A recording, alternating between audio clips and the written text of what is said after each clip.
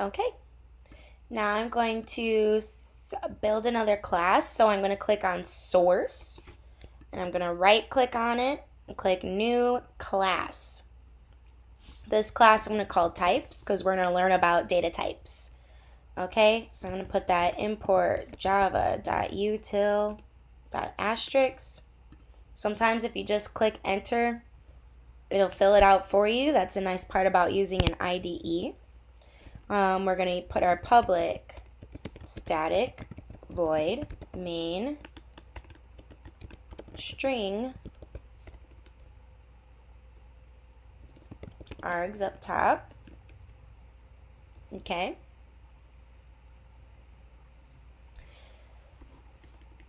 Don't forget we want to put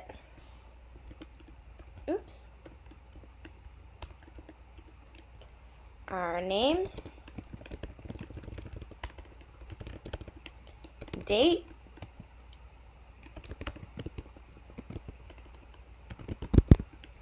and our description. This program is an introduction to data types.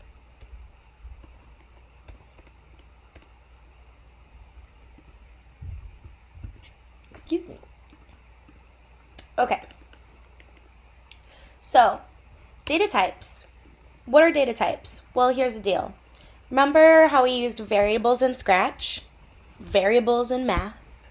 Well, data types are types of variables. So in Java, we can't just create a variable and put whatever we want inside of it. We have to be specific about the variable. So there's an int, and an int is an integer. It's a number, but it must be an integer, so it could be 4. It cannot be 4.4. That's not an integer.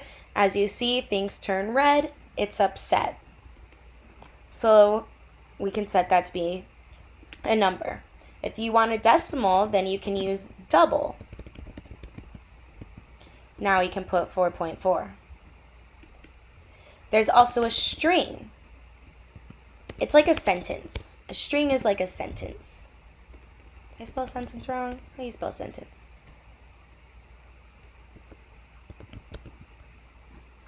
We're just going to call it that. And say equals.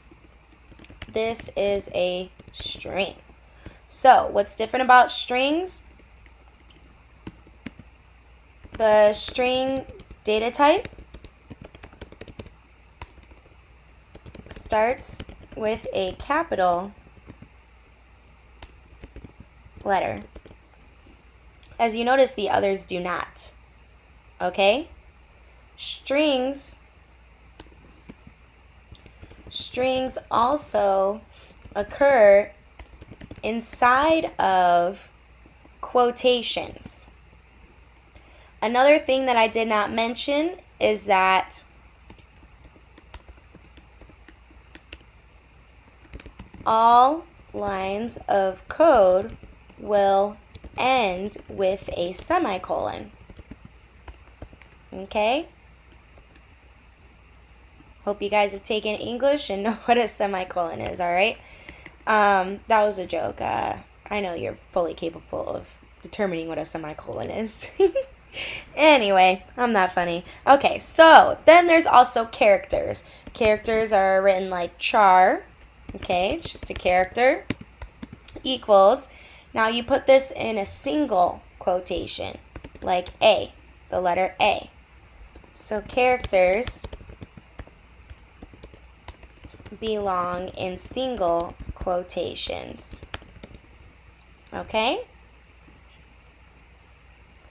And then the last data type that I'm going to introduce to you is a Boolean. So remember, Boolean can mean true or false. So I'm going to say Boolean, we're going to just name it logic equals true.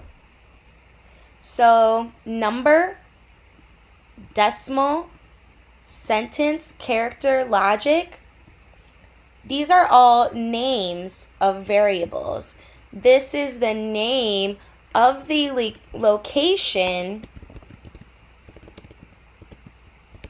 This is the name of the location where the variable value, true, A, this is a string, 4.44, is stored. So the number 4 will be stored in a memory location called number. The data type, integer, tells us how much space we need to store this value. That's why data types are important. Okay?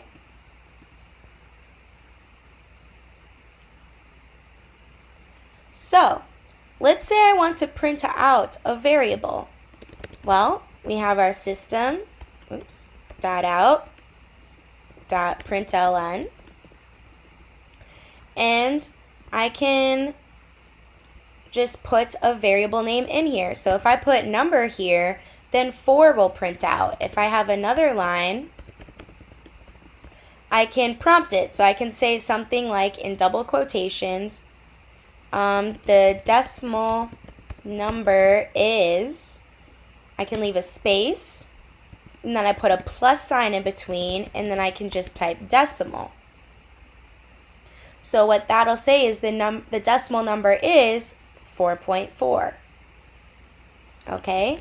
And you can do that with all of these data types. The last one, I'll just put sentence here. Okay? So let's build all and run.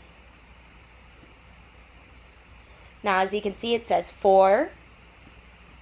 The decimal number is 4.4. This is a string. And that's what we have here. This prints the value of the variable.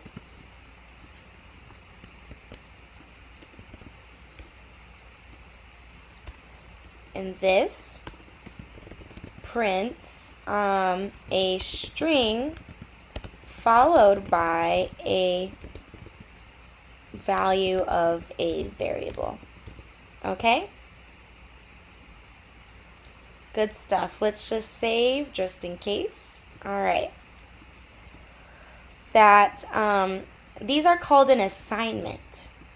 Okay? So we're assigning the number 4 to an integer named number. Okay? So an assignment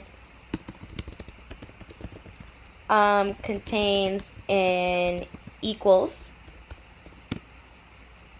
Okay? And the value that's assigned will always appear on the right side of the equals. Okay? The variable name and data type, variable name and data type will always appear on the left side of the equals. Okay?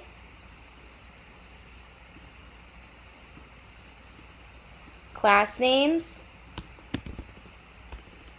don't forget, start with a capital letter. Okay? And then we want to always include a main method. Save. And that's it for data type.